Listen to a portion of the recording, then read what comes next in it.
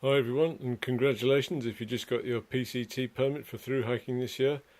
I successfully through hiked in 2016, and I thought I'd give an overview of the gear that I took with me on that hike.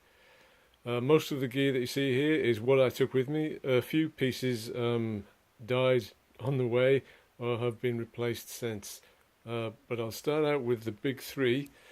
The tent that I took on the trail was the Hilleberg Enan one-person tent. Hilleberg have got a really good reputation, and I have to say the quality of manufacture is second to none. Unfortunately, the Enan was a dreadful tent. I met two other people on the trail who'd used the same tent, and both agreed that it was the worst tent in the world, and one of those guys was Swedish.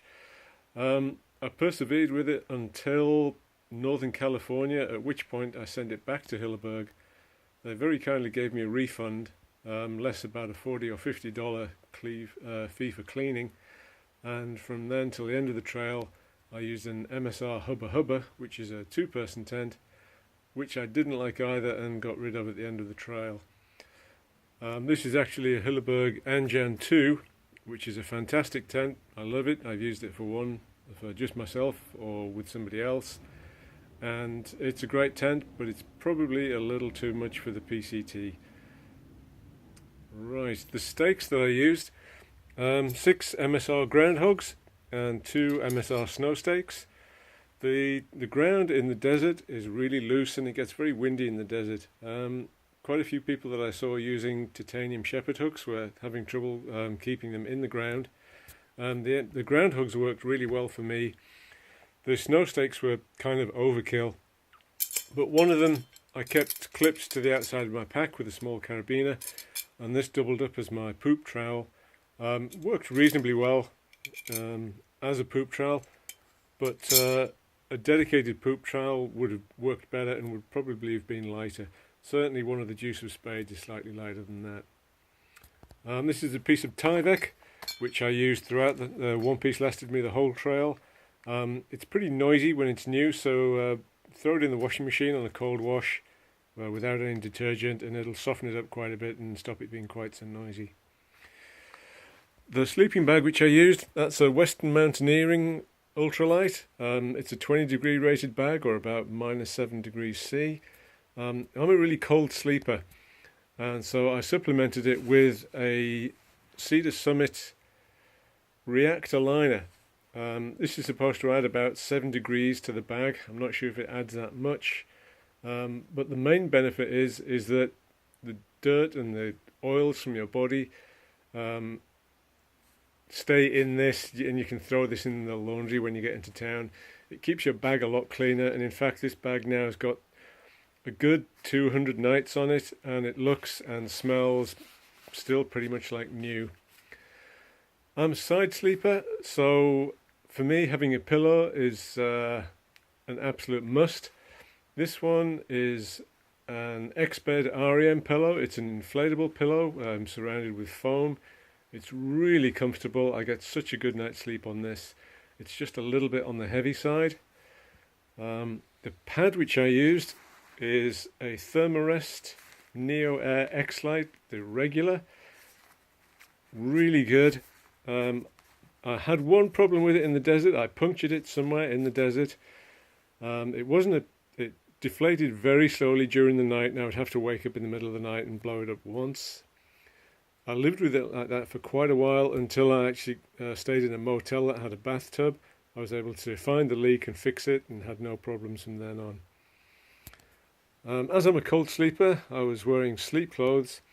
All of the merino stuff was either icebreaker or smart wool. I don't know if there's anything to choose between them.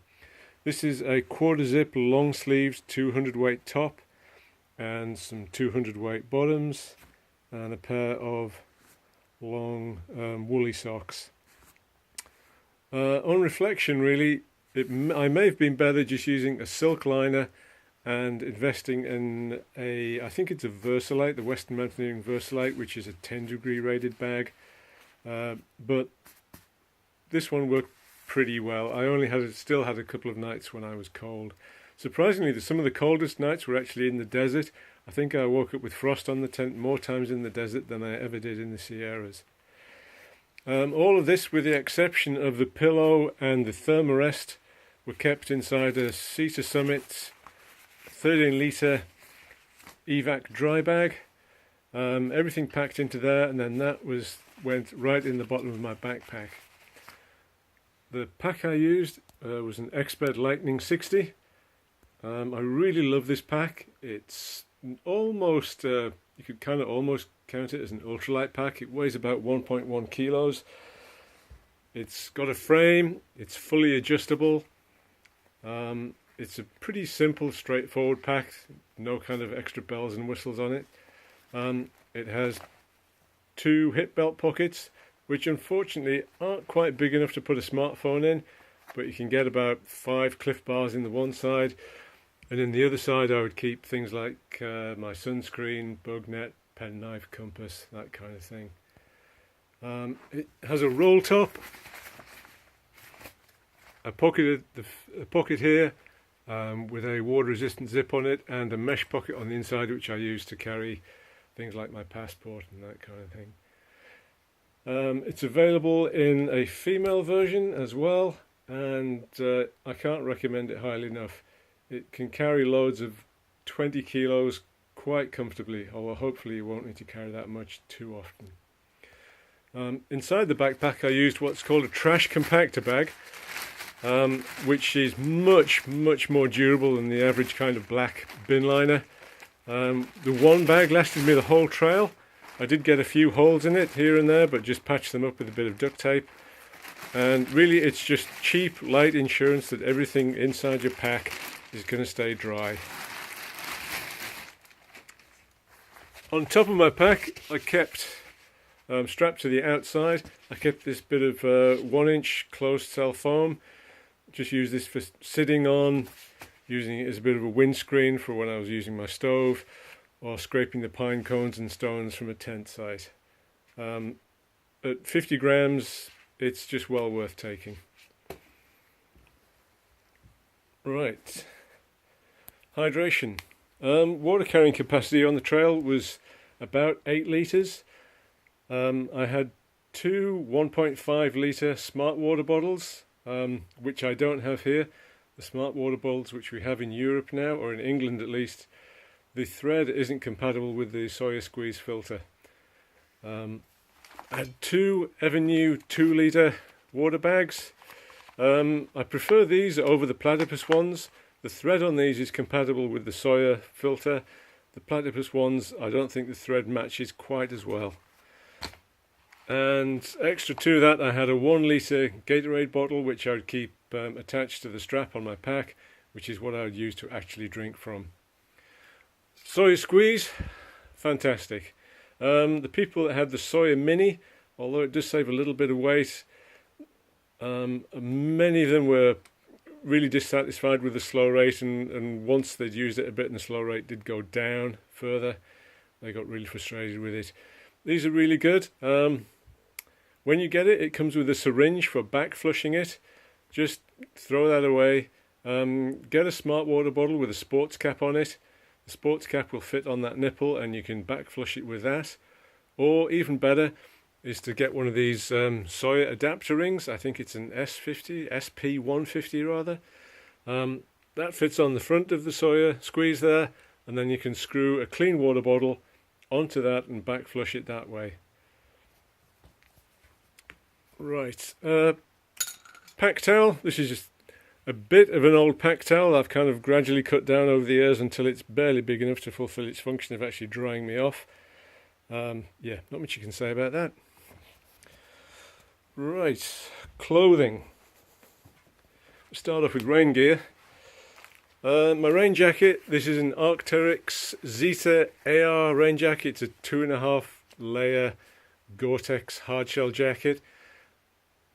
It's probably a bit overkill for the PCT. We could probably get away with a lighter weight rain jacket, something like a Outdoor Research Helium 2 or a Montbell Versalite. This is a little on the heavy side. It weighs about 400 grams. The other 2 jackets I just mentioned probably weigh less than half that.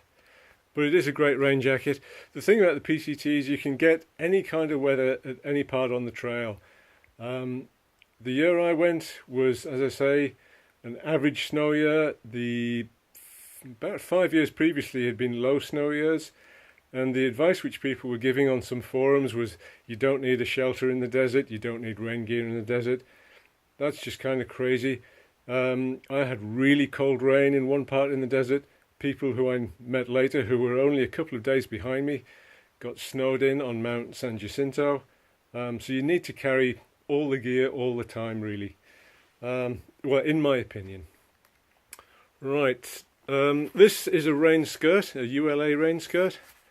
Weighs about 75 grams.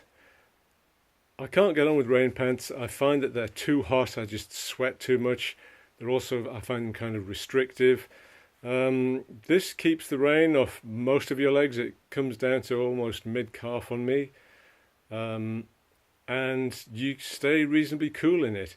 Although conversely, it actually you still stay reasonably warm as well. So for me, it worked really well. The one place it doesn't work that great is in really high wind.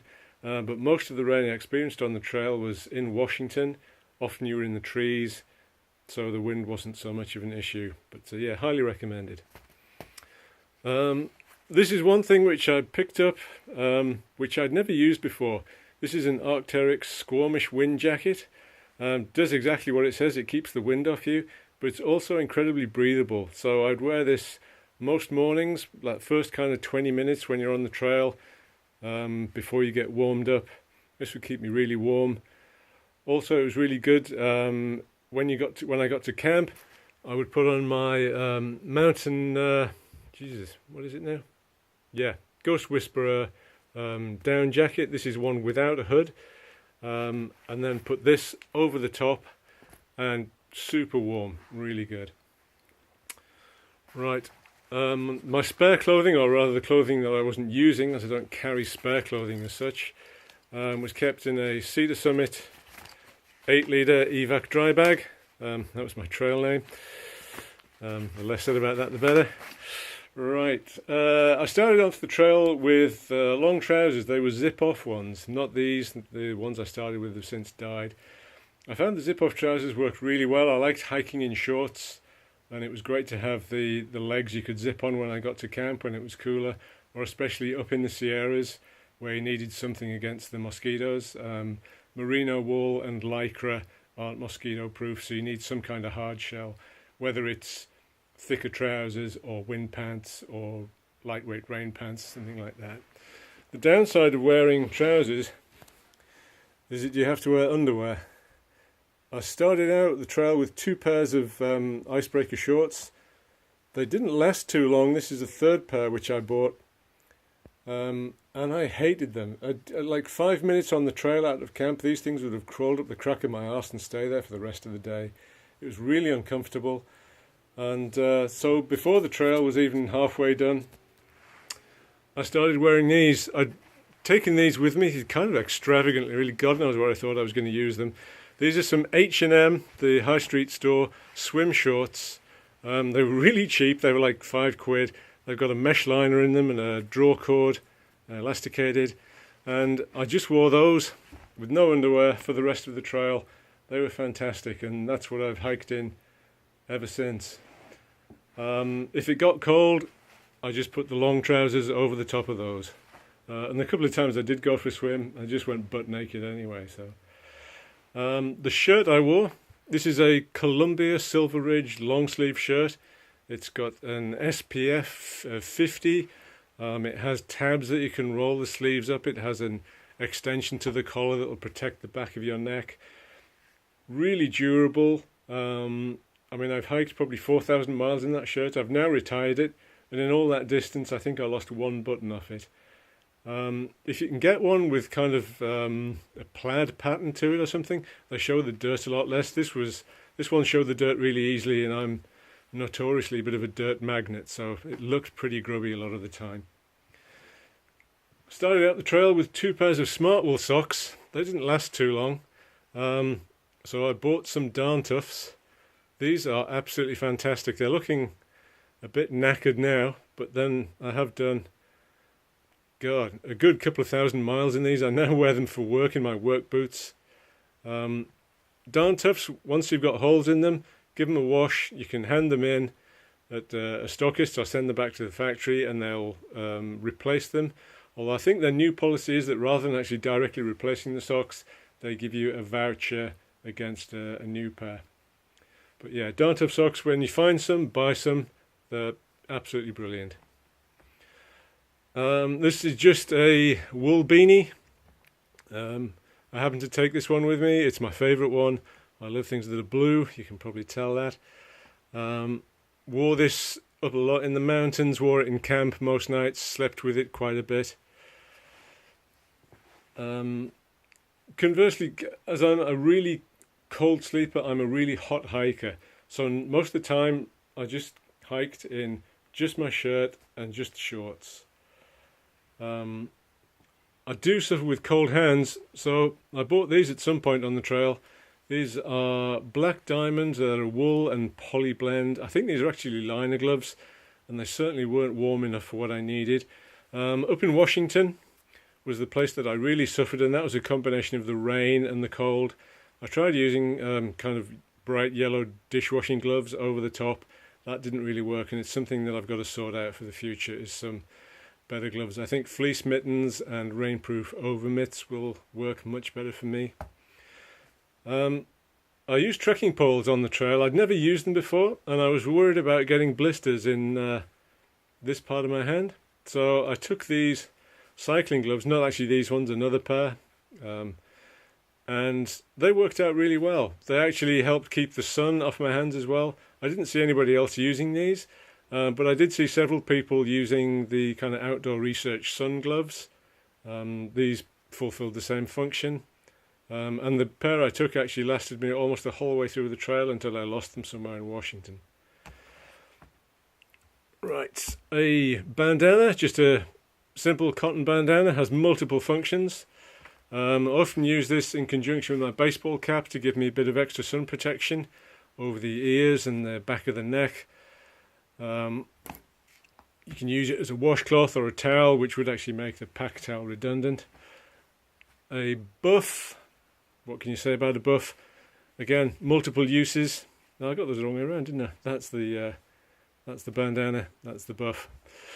Yeah, buff, great things, multiple uses, keeps you nice and warm.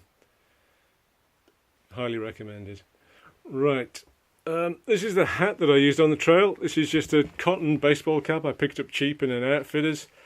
I like the cotton one because you could stick it in the river and give it a good soaking, plonk it on your head, and it would keep your head cool for a good 20 minutes till it dried out again. I don't normally wear hats. They kind of make me look like an idiot. So, yeah, I kind of not struggled with wearing a hat, but you've got to wear one. Some people use a broad-brimmed hat. I just stuck with the baseball cap. Sunglasses, another absolute must-have. Again, I don't normally wear sunglasses because they make me look a twat as well. But these are some cheap cycling ones. I like the kind of wraparound nature of them. You've got to have them in the snow and the sunshine up in the mountains. The UVA, UVB, whatever, is much stronger. Yeah, you just need sunnies. Glasses case. Barely got used actually because I was either wearing the sunglasses or they were on the top of my head or in my shirt pocket. So that was weight I didn't need to carry. Right, on to my cook kit. Okay, I used an MSR Titan kettle. This is a homemade cozy. There's lots of videos on YouTube how to make a cozy. The best thing about them is it really saves on the amount of gas that you use. All you have to do is boil the water, add your food, bring it back to the boil again, shut the gas off, put it in your cozy, and it will just sit there and cook itself in kind of 10 minutes, 15 minutes, rather than trying to simmer it away on your stove.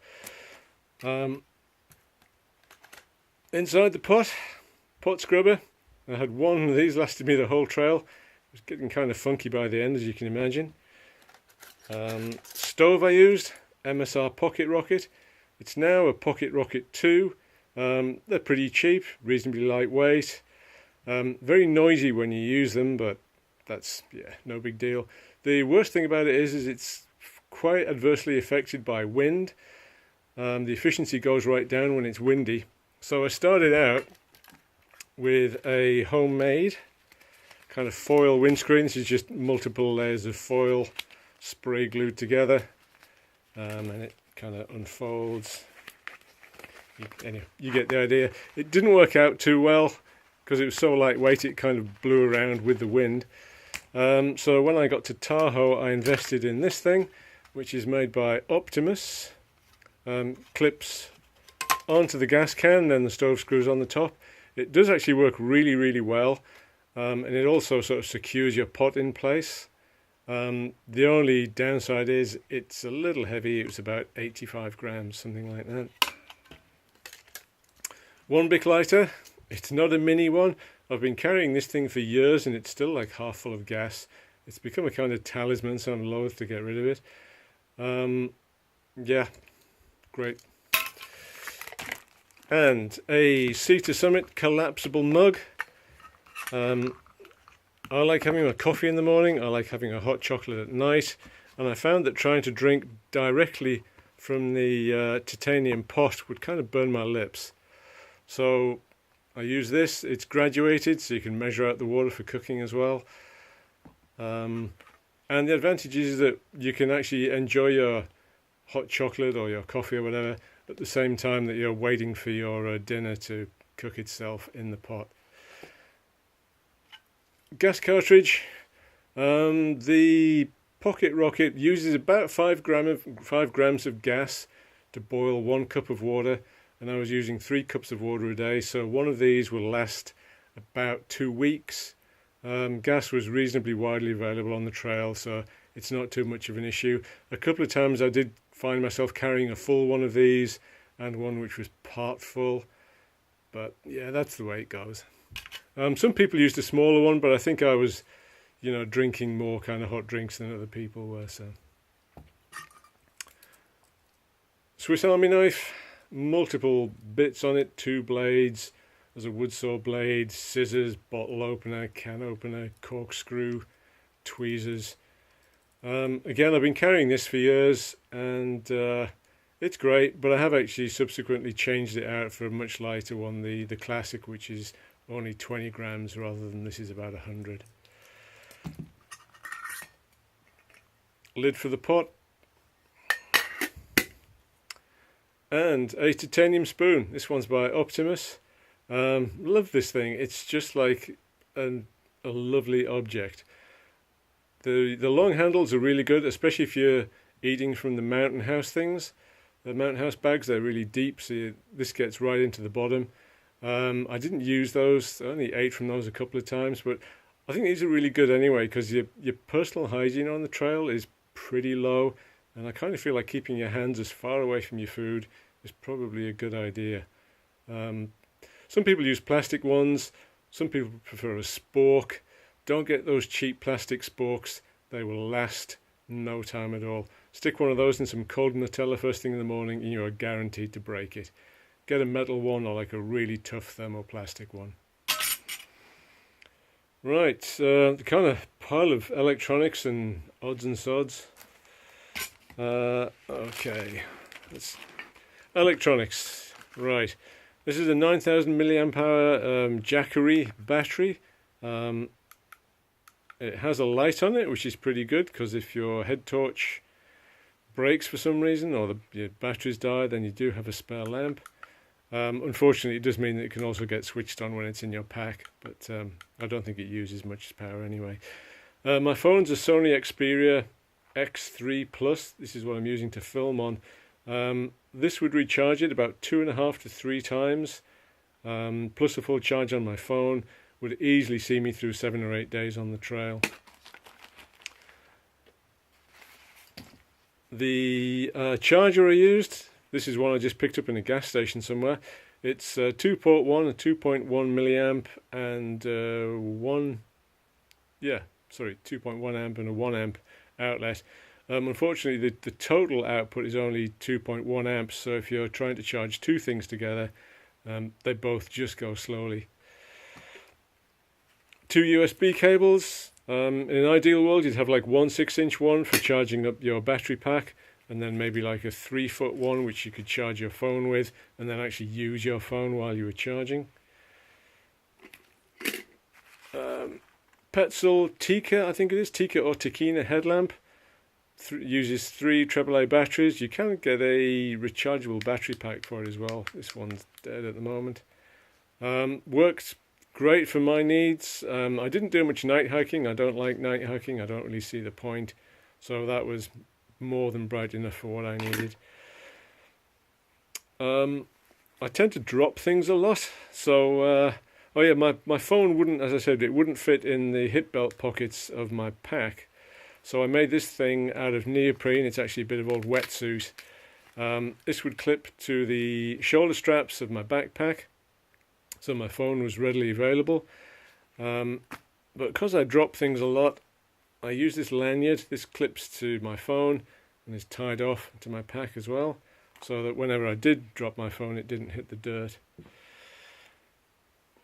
Right. Took a simple silver compass on the trail and didn't use it once. The PCT is so well marked and signed that really getting lost is almost impossible, unless you're hitting the snow really early in the year when the trail is still buried. I would still take one, and if you can use it in conjunction with the paper maps. As I say, I had no need for this. I did actually get lost twice on the trail, but it was a simple matter of backtracking just to where I'd, if I'd walked straight on at a switchback or something like that. I didn't use the Gut Hook app, although I'm going to use it on future hikes. People rated it very highly. I used the Half Mile app, which was great as well, especially as it's a free app. And that in conjunction with the water report is pretty much all you need. But I would take the paper maps as well. Right, that's just a safety whistle. Weighs next to nothing. Kept it in the hip belt pocket of my backpack. For what it weighs, I think it's an essential piece of kit.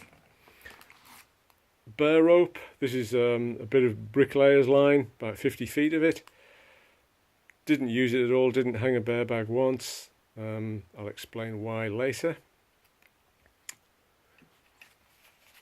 Cedar Summit head net. This is a mosquito net. You don't need a midge net or a no-seam type net.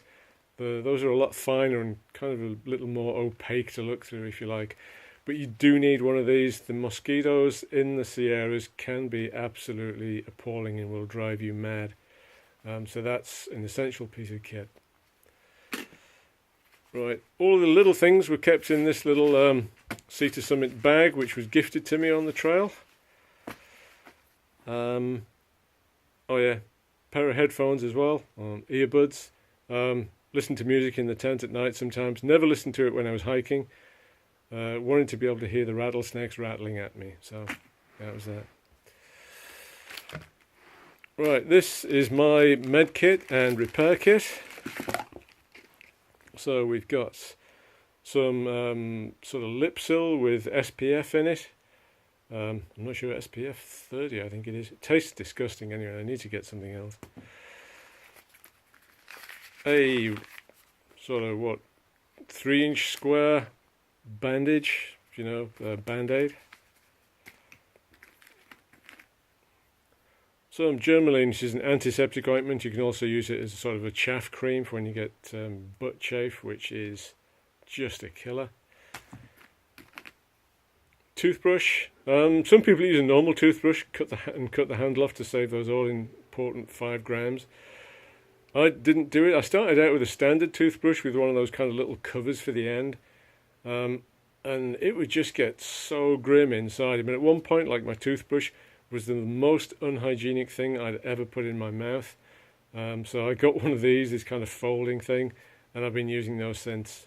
They're maybe not the best toothbrush in the world, according to your dentist, but at least it's clean and hygienic. Travel toothpaste. SPF 30 sunscreen. This is the kind of repair kit, if you like. There's a couple of patches for the Thermarest, some alcohol wipes for degreasing it before you use the patch. The alcohol wipes are also good for cleaning wounds. A couple of O-rings for the Sawyer squeeze. Sawyer squeeze. I actually find the O-rings locate better in the squeeze than the standard white grommet that it comes with. Sometimes that white, like this one, the white one can actually get stuck to the top of the bottle and then drop off without you realizing. So carry a couple of spares. Even if you don't need them, somebody else will at some point, and you can be the hero of the day. A couple of band-aids. Yeah. Right, a bit of DEET. I hate this stuff. I hate the smell of it. I hate putting it on my skin. I mean, you're putting something on your skin that can melt plastic. Doesn't sound like a good idea. But there was a couple of times that I was so glad to have this. It just seems like a necessary evil. I kind of need to decant it into a much smaller thing, because you can see I used very, very little of it. Bit of gaffer tape wrapped around a bit of cardboard, just for general repairs. Spare lighter. This one's a mini memory of turkey. Earplugs. You can carry a ton of these and they will weigh nothing. I camped along with a mate on many nights, and he used to snore like a freight train, and I wish I'd had more of these. Also, other nights when it was really windy, one of the faults, if you like, with the Hilleberg Enan was it used to rattle like hell in the wind and keep me awake. So I actually ran out of these because they just got so nasty from being used multiple times. Medication. I've got some antidiarrheals, some antacid, some paracetamol. I'll also put a couple of aspirin in there. And then I have one course of Flagyl, which is against Giardia, and some pills which help with the stomach cramps, to be taken in conjunction with those. I didn't get Giardia on the PCT, but I have had it twice previously on other hikes. And for me, it's really, the stomach cramps that you get are really debilitating. And the thought of having to cope with that, then get to town, then try and find a doctor, then try and find a pharmacy, then deal with all the insurance hassles. I felt like carrying, 15 pills was worth it. I also carried some prescription painkillers, which I got from my doctors, just in case I injured myself badly, like twisted an ankle, and I needed to, hike out, really. So that was that. Then I've also got prescription medications, and one thing that I'm going to do in future is take a multivitamin as well. The food that you're eating on the trail is just the worst. I just kind of felt like all of my calorific needs were being met. I felt that, towards the end of the trail, that I was really deficient in something. And so I think a multivitamin a day will probably really help with that. Passports. I'm a a UK citizen, so I needed to carry passport with me at all times. This just lived in a Ziploc bag. Everything lives in Ziploc bags.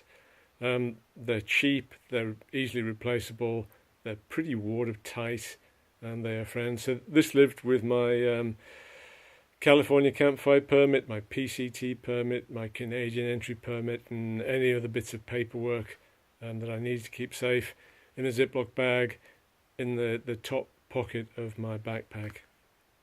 Similarly, I just kept my money and credit card in the Ziploc bag rather than using a proper wallet. Right, on to my footwear. I use boots on the trail. I'd always used boots previously, so I kind of thought doing 2,600 miles maybe wasn't the place to experiment with something new. A lot of people, even who started the trail in boots or hiking shoes, soon swapped over to trail runners. And if I was to do the trail again, I would definitely do it in trail runners. Most of the trail on the PCT is so well groomed that you don't need the extra ruggedness and potential ankle support which boots allegedly offer you. You'll probably do better in trail runners. Your feet will be cooler in the desert. They'll dry out quicker when you've been wading across streams. They're just better. The only advantage that these give, really, in a way, was my feet stayed cleaner in the desert. Everybody who was wearing trail runners, their feet were getting really, really dirty and gritty, and that was causing them blisters.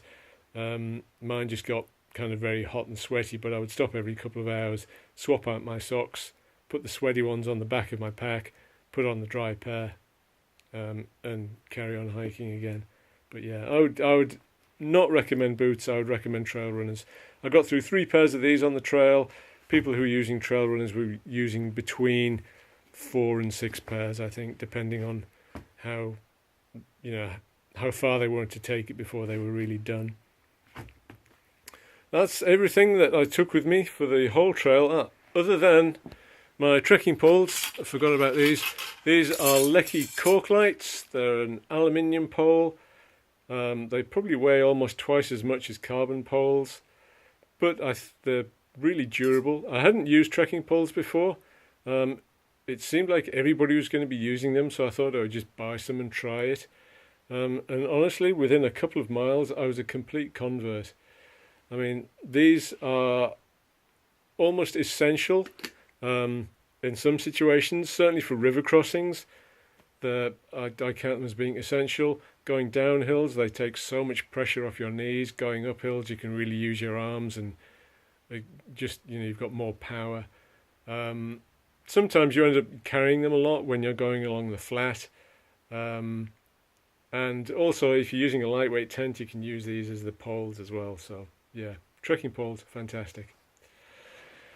Okay, from San Diego, I sent a box forward to Kennedy Meadows with the stuff which I was going to use in the Sierras.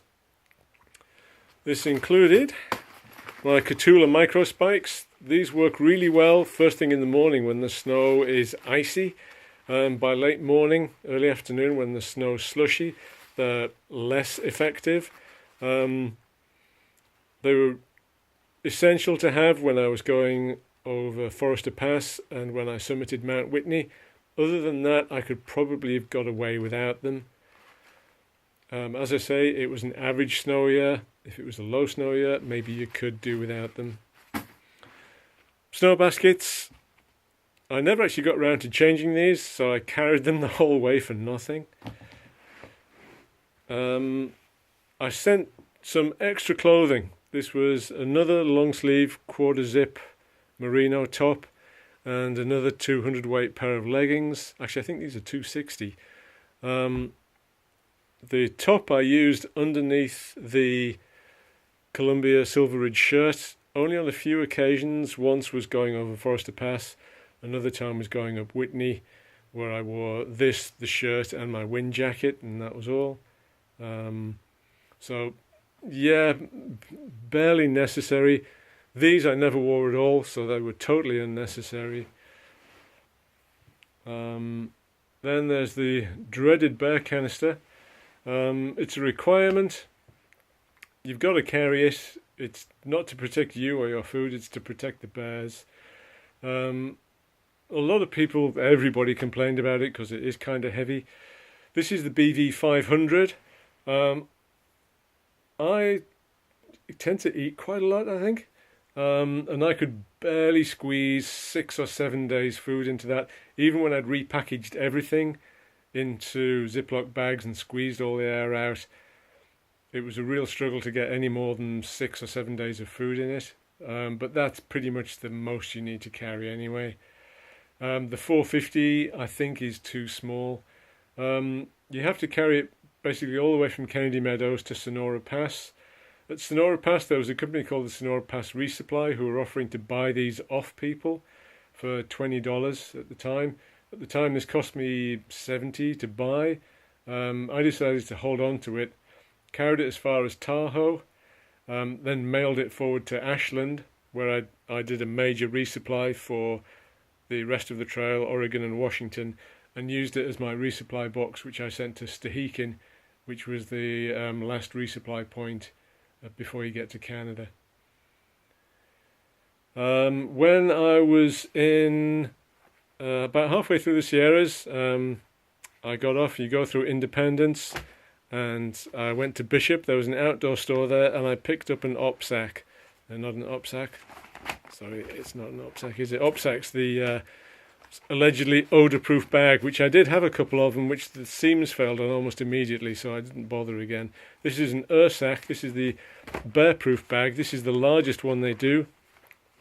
Yeah, at the time, Ursac were constantly running out of stock, so I bought this when I had the opportunity. And I used it all the way through Oregon and Washington, against the bears, but not just that, also against the mice. There are a lot of mice. You can just put your food in it, tie it to a tree, and kind of forget about it, really. It's really good. It is a little heavy, but that's the price you pay for having a bear-proof container. Before the Sierras, I was just using a nylon stuff sack for my food, and that seemed to work out fine. Yeah, the maps I carried, that was the half-mile maps, printed them off.